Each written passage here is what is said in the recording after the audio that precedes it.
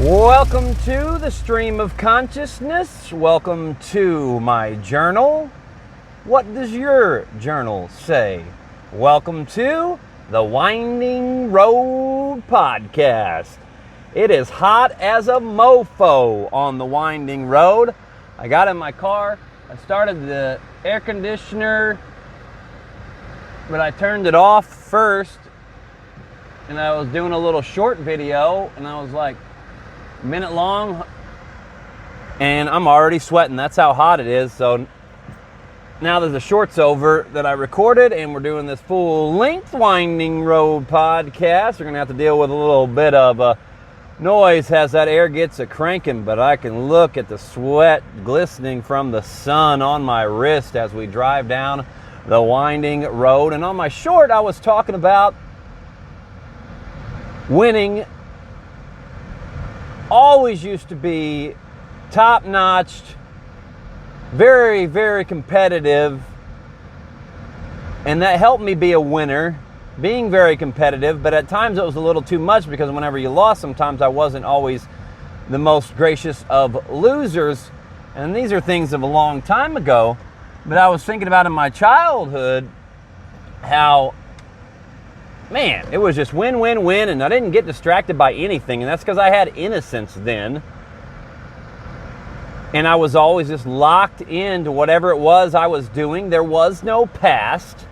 There was no future. There was only the now. And because I was so focused on that and what I was trying to obtain and what I was doing, and a ball coming at me and trying to run and dive and catch it and make some of the most incrediblest catches you've ever seen. I was a top-notch center fielder. If I could have hit a curveball, I could have at least played college ball because I was that damn good in the outfield, and I was a pretty good hitter, and I was fast, and I was quick. And we won a lot of games, but just in individual sports, playing ping pong, whatever it was that I was competing at, I was always clutch. And to be clutch, you have to be in the flow state. You have to be in the zone, another word for it. And that was very easy to do whenever I was a kid. And then I lost that somewhat whenever I became an adult. And I started to lose, and I knew it was because I wasn't focused. It was because I had thoughts in my head. Bad thoughts. It's the cliche of worrying about missing it rather than just focusing on making it. And really, I don't even think it's even good to think about, hey, I'm going to make this. No, you're just zoning in. Your eyes tell your brain what to think. And when your eyes are zoning in on your target, you're thinking about nothing. You are just locked in on whatever it is that you're trying to hit. And I think about it from disc golf terms and putting specifically. You can think about it whatever you want to think about it. Golfing, trying to hit a baseball.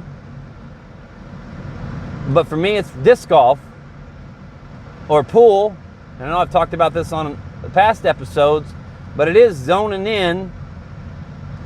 It's like frames that happen in your mind.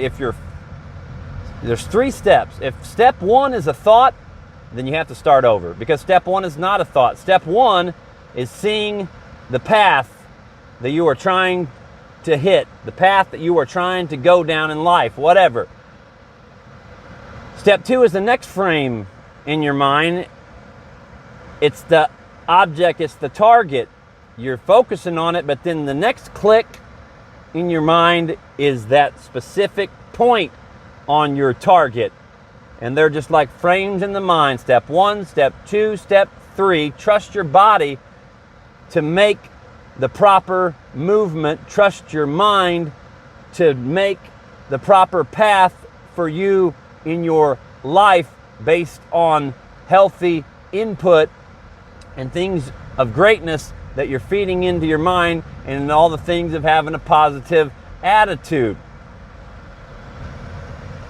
But you got to trust that muscle memory for sure. And now that I'm weeding out the negative and choosing things to try to overcome, obstacles to try to get past, things of greatness to try to obtain.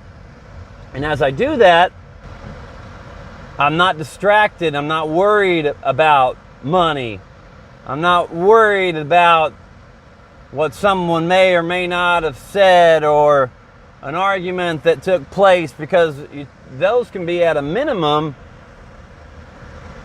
if you always obtain that level of never too high, never too low, and don't get worked up about things, and don't let your anger come out. You don't let that come out by inputting the reverence for all things, for all people, for everything in life, having reverence for nature and all that stuff. That's how you don't let the anger come out. So then your distractions are weeding out.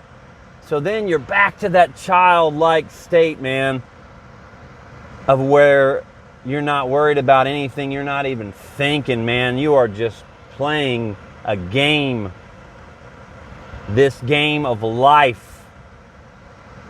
Life is a game. Our soul's journey is not a game. And that's what we have to think about in terms of the future, but we sure as hell aren't doing that while we're locked in, going throughout our everyday life, standing over a putt, trying to make it, trying to hit a baseball, trying to hit the tennis ball that's coming at us, whatever it is. We're not thinking about any of that stuff while we're going throughout our daily lives, because we're so focused on being the best possible version of ourselves that we can possibly be. And that will help us if indeed we die and something happens. The soul moves on, the soul's journey continues. We have prepared ourselves for that next level of our existence. And I'm learning that more and more. I'm learning about how to go back and be a child. And I think, like, you probably listen to me on here and you probably think, oh man, this guy's just thinking and he's rambling and he's just all over the place at different times. And my goodness, man, it would suck to be him thinking about every possibility of everything all the time. But that's not the case as much anymore, because I'm able to narrow that focus. I'm able to take the times of the winding road while I'm driving, sitting around, sitting outside, looking at the trees, whatever it is. I take those moments to reflect, to have mindfulness, to meditate, to pray, to whatever it is that I think I need to do that could help me. I take that time, but then the rest of the time, I am locked in to flow state. I am locked in to the zone. And whenever you do that, you can achieve greatness. You can win. And consistency and moderation is the key, two biggest ones anyways, to all of this. And I've been being consistent with recording these, starting to be consistent with putting them out there, starting to gain confidence in what I say, what I believe, that's my personal truth. And I'm not worried about what anybody else says, because I know that what I'm saying makes sense to me. It may or may not make sense to you, but if it makes sense to me, then I'm helping myself and I'm possibly helping others, and anything else is just noise. And we talk about that all the time. And whenever we're in those moments of trying to lock in and focus, and you may have a giant tree in your way that you're trying to throw around, make the disc curve around, bend around it, and it may seem like it's insurmountable and you cannot do it. And that's tough whenever you're in that mindset, and it's tough whenever life throws those things at us. But like whenever we're in a moment of chaos or something big is happening, it really is about putting all this other stuff in to be able to handle it, to be able to process it, to be able to not be freaked out by the moment that is taking place and getting overwhelmed by it. It's like, okay, there's a problem. What do we need? AKA, what do we have to try to figure out to try to solve the problem? And it's, what do you got? What do you got that's going to help you solve those problems and get around that giant tree that you're trying to avoid so that you can get your disc to the basket? And I was thinking about that the other night. The power went out at work, and I'm like, all right, okay, what's happening? Process. You got to process. You got to be able to process. And it is kind of like, I feel like I'm a robot sometimes whenever that's happening. I'm taking it in, processing it, and then trying to figure it out. And it kind of seems mechanical in your mind, if that makes any sense to you. It kind of gets very mechanical whenever I'm thinking about that stuff. And it really is just because I'm thinking about what steps do I have to take to figure this out. And I made a couple mistakes. I'm like, oh, damn, that was dumb.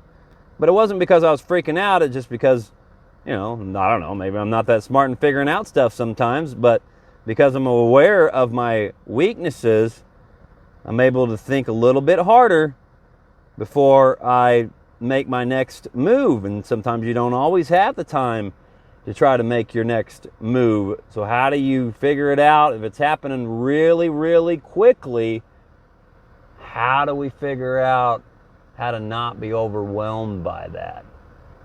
Well,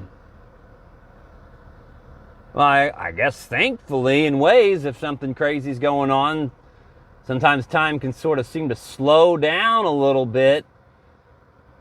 I don't know how that exactly works with our brain and space and time and the movement of our thoughts and the movement of what's taking place. It's all very strange. But I think for me, I just try to boil it down and try to keep it simple. I think in my head, wow, this is fucked up. What do we got to do to fix it? And if there are rapid thoughts coming at you and you got to do it in a hurry, you do have to be able to think on your feet. And you're able to do that, man, just by everything that I've been saying, especially like reading about stuff can help you not to freak out, whenever you're in relationships with people, like living by the 4 agreements, One of the most keyest ones in that is to never assume. So I really try to not assume. So in those moments of chaos, I'm not going to assume anything. I'm just going to process exactly what's happening and then try to figure out how to get out of it. And I don't know if that's going to help anybody or not, but that's the best I can do to try to explain that right now. But maybe that will help you. It's just like kind of mechanical to me. Maybe that'll help you. But I don't know. Try to explain things the best I can. I have to be confident in what I'm saying and continue to move forward with my life. What are you guys afraid of, man? You're gonna die. What do you have to lose? Nothing. You don't have a damn thing to lose. Yes, you can make up excuses, and yes, there are things that technically you have to lose, but if you know that you're gonna die in the end, then you have nothing to lose except possibly your soul. And that can be scary. So what are we putting into it, man? What are we putting into our minds? Life is a game. The soul's journey is not. I was born a rambling man. I'm me. You're you. We are each other. Love, inspire, unite. God bless.